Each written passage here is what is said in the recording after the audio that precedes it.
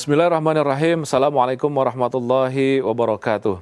Para pemirsa Rindu Tanah Suci yang dirahmati Allah Subhanahu wa Ta'ala, alhamdulillah kesempatan ini kita mencoba menyapa para pemirsa yang mengajukan beberapa pertanyaan. Salah satu diantaranya pertanyaan sudah sampai di tangan saya. Pertanyaannya seperti ini, Pak Ustadz, misalnya saya sedang melaksanakan ibadah haji ataupun ibadah umrah di Tanah Suci. Saat itu juga di sana saya bertemu dengan orang yang punya masalah sama saya. Artinya mungkin berantem ya. Kemudian kira-kira bagaimana yang cara mensikapinya. Hadirin para pemirsa JAK TV yang dirahmati Allah Subhanahu wa Ta'ala.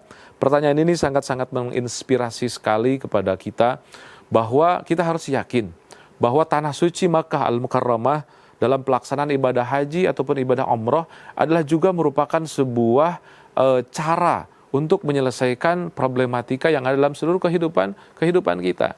Dan tentunya Rasulullah SAW mencontohkannya.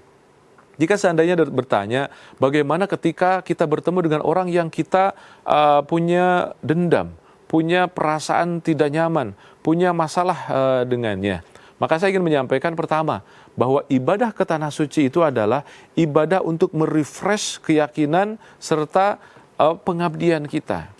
Dan gambarannya orang yang powerful menyampaikan ke perasaan kedekatan diri dengan Allah Subhanahu wa Ta'ala harus diyakini bahwa dia tidak punya masalah dengan manusia.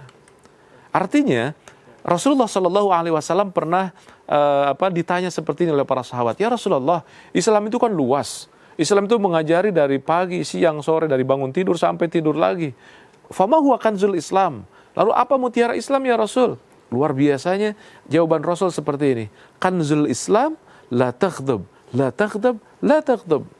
Kata Rasulullah, mutiara Islam itu 3. Pertama, jangan marah, jangan marah, jangan marah. Artinya, 1 mutiara Islam, kanzun. Kanzun itu mutiara. Jadi mutiara sholat kita, puasa kita, melaksanakan seluruh ibadah rukun termasuk ibadah haji kita, kanzunnya, mutiaranya itu adalah 1 apa? La taghdab, jangan marah. Artinya, kalau ibu ataupun bapak penanya tadi punya masalah dengan orang, berarti masih ada ghadab, masih ada perasaan marah kita dengan orang tersebut. Sementara Islam tidak membolehkan itu. La taghdab, bimutlaqil kalimat la taghdab, tidak boleh marah. Dalam hadis lain digambarkan la taghdab walakal jannah. Kemudian dalam hadis Arba'in juga digambarkan ausini ya Rasulullah, fa ausa Rasulullah bi alla taghdab. Rasulullah mewasiatkan 1 saja apa? La taghdab, jangan marah. Bimutlaqil kalimat la taghdab berarti kita tidak boleh, tidak diperkenankan untuk menyimpan perasaan masalah dengan siapapun.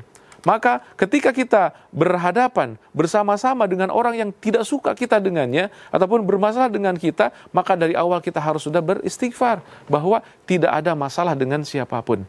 Artinya kita tidak ingin marah dengan siapapun terhadap apapun. Maka ada 1 clue yang senantiasa saya sampaikan kepada para jamaah. Pertama adalah jangan marah karena apapun, jangan benci siapapun, bicara yang baik ataupun diam. Ini merupakan sebuah ruh yang harus munculkan di dalam spirit kedekatan kita, terutama dengan melaksanakan ibadah di Tanah Suci Makkah Al-Mukarramah. Maka sangat jelas ibadah di Tanah Suci itu ternyata bisa mengaping kita, mengarahkan kita menjadi orang yang betul-betul menyesuaikan dengan contoh yang dicontohkan oleh Rasulullah SAW. Ingat, fungsi Ka'bah, fungsi Tanah Suci itu ada 2. Pertama adalah membarakkan, menjadi pemberkah, dan yang kedua wahudan lil alamin. Hudan itulah inspiring, menginspirasi kepada kita bagaimana cara menjalankan kehidupan kita. Maka inspirasinya ketika kita melaksanakan ibadah di Tanah Suci Makkah Al-Mukarramah ataupun juga di kota Madinah Al-Munawwarah, maka terbebaslah kita dari al-khusumah, terbebaslah kita dari persengketaan, terbebaslah kita dari permusuhan. Dengan melaksanakan ibadah ke Tanah Suci berarti kita tidak akan memiliki musuh satupun. Maka ibadah di Tanah Suci Rasulullah pernah menggambarkan dengan kalimat as-sakinah. As-sakinah apa? Tenang, tenang, tenang. Ibadah ke Tanah Suci harus melatih diri menjadi orang yang senang, tenang, dan juga bahagia. Mudah-mudahan dengan inspirasi melaksanakan ibadah di Tanah Suci ini kita semakin betul-betul terinspirasi bahwa kita tidak punya dan tidak boleh memiliki orang yang kita tidak nyaman dengannya satupun. termasuk apalagi dengan orang-orang yang bersama-sama kita untuk melaksanakan ibadah ke tanah suci. Mudah-mudahan hati kita dilapangkan, perasaan kita disegarkan, dan juga spirit kita untuk senantiasa berusaha untuk mendekatkan diri kepada Allah Subhanahu wa taala. Amin ya Allah ya rabbal alamin. Terima kasih. Assalamualaikum warahmatullahi wabarakatuh.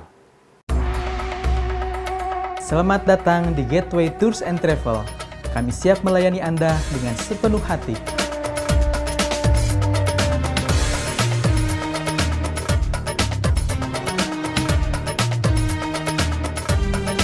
Pastikan Anda bergabung dengan Gateway Tour and Travel untuk perjalanan suci Anda yang lebih bermakna dan berefek untuk kehidupan dunia dan akhirat yang lebih baik dan berkah.